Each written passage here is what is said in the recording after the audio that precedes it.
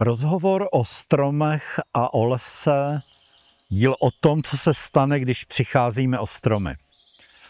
Původně jsme si mysleli, že ten nejvíc blahodárný účinek lesů spočívá v tom, že ukládá uhlík, že ochlazuje krajinu, že zmírňuje klimatické změny.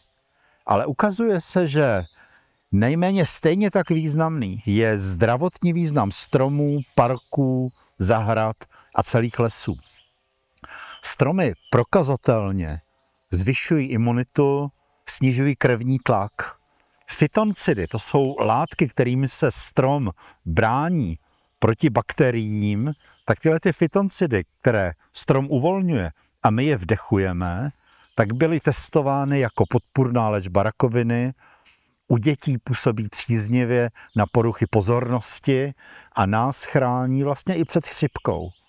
Je zapotřebí testovat dřeviny, jako jsou cedry, borovice, nebo docela obvyklý cypříšek tupolistý, taková běžná dřevina na hřbitovech a v zahradách, z hlediska toho, kolik uvolní těch fytoncidů a jak působí na bakteriální a virová onemocnění u lidí.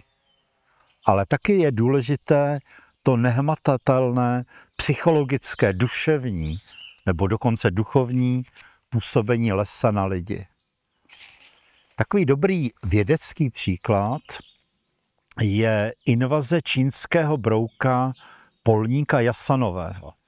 A to je brouk, který pochází z Číny a většinou se rozšiřuje i do okolí Moskvy třeba, nebo v těch Spojených státech amerických, v bedínkách, ve kterých přichází čínské zboží.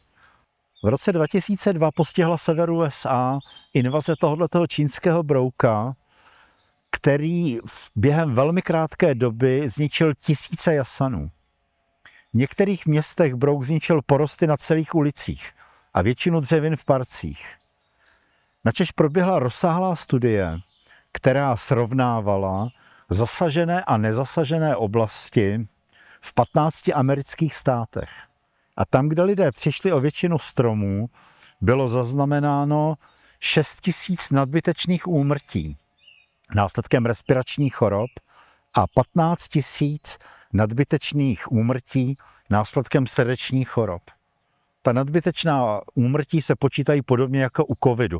To znamená, nezemřete na covid, zemřete na nějakou vlastní nemoc, ale ten covid, anebo v tomhletom případě ten nedostatek stromů to celé uspíší.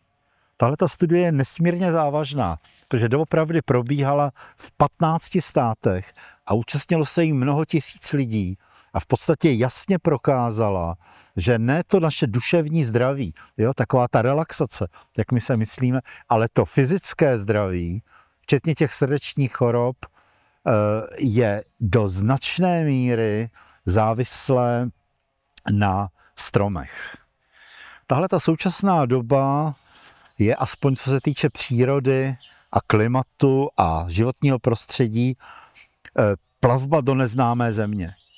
Je to takové přechodové období, kdy vybledává, ustupuje, nebo dokonce zaniká jedna tvář světa a je nahrazována jinou.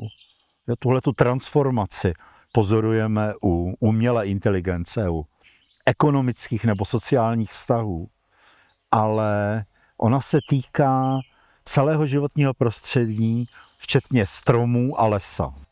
Jeden z těch velkých sociologických výzkumů prokázal, že po procházce v přírodě se 90% lidí cítilo lépe. Snížilo jim to depresivní stavy a zároveň po procházce v obchodním centru cítilo nějakých 20% respondentů právě tu zvýšenou depresivitu. Ta špatná atmosféra, ta deprese, takový to jako psychologické rozhození, to je právě jeden z těch charakterů téhle současné doby. Jiné výzkumy ukázaly, že třeba vězni nebo pacienti v nemocnicích, kteří z okna viděli na stromy, byli méně nemocní. Takhle bychom mohli ještě nějakou dobu pokračovat. Ale to, co je podstatné, je, že nejenom naše pocity, ale i dobře fundované sociologické a zdravotní výzkumy naprosto jednoznačně ukazují, že bez stromu se nedá žít.